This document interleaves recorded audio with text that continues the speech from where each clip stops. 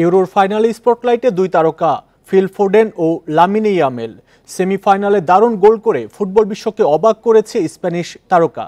ফোডেনও ভরসা দিচ্ছেন ইংল্যান্ডকে। দেখার অপেক্ষা কোন তারকা দেশকে শিরোপা এনে দেন। একদিকে ইউরোতে রেকর্ড চতুর্থ শিরোপার হাতছানি স্পেনের, অন্যদিকে ৫৮ বছরের শিরোপা খরা কাটানোর আরও একটি সুবর্ণ সুযোগ ইংল্যান্ডের। জার্মানির বার্লিনে ইউরোপিয়ান চ্যাম্পিয়নশিপের ফাইনাল এবার সাক্ষী হবে নতুন ইতিহাসের।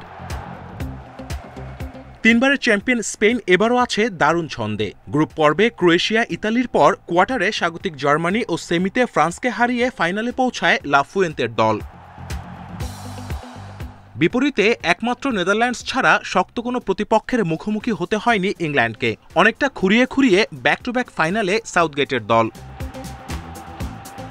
স্পেনের তরুণ তুর্কি ইয়ামালের সাথে রুইস উইলিয়ামস অলমোদের আটকাতে ইংলিশ শিবিরে আছে এক ঝাঁক তারকা। অধিনায়ক কেইনের সাথে বেলিংহাম, সাকা, ট্রিপিয়ার, ফোডেনদের আটকাতে হবে ২০১০-এর বিশ্ব চ্যাম্পিয়নদের। এত তারকার মধ্যেও দুই দলে আলাদাভাবে নজরে থাকবে ১৬ বছর বয়সী ইয়ামাল ও সিটির পরীক্ষিত মিডফিল্ডার ফিল ফোডেনের ওপর। সেমিফাইনালে ফ্রান্সের বিপক্ষে বার্সার ওয়ান্ডার বয় ইয়ামালের গোলে দারুণভাবে কামব্যাক করেছিল স্পেন। আর শেষ চারে নেদারল্যান্ডস শিবিরে রীতিমতো আতঙ্ক ছড়িয়েছিল ফোডেন।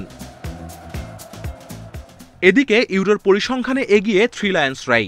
এখন পর্যন্ত ৪ দেখায় একটি ম্যাচও জিততে পারেনি স্প্যানিশরা। ৯৬ সালে সবশেষ মুখোমুখিতে টাইব্রেকার ভাগ্যে হেরেছিল স্পেন। তবে নতুন যুগের পরিসংখ্যানে এগিয়ে স্প্যানিশরা। সবশেষ ২২ বছরে ২৬টি বড় টুর্নামেন্টের ফাইনালে উঠেও একটিতেও হারেনি স্পেনের জাতীয় দল কিংবা ক্লাব, যাদের মধ্যে ৯টি ইংল্যান্ডের। Kamrul Hasnat, independent news.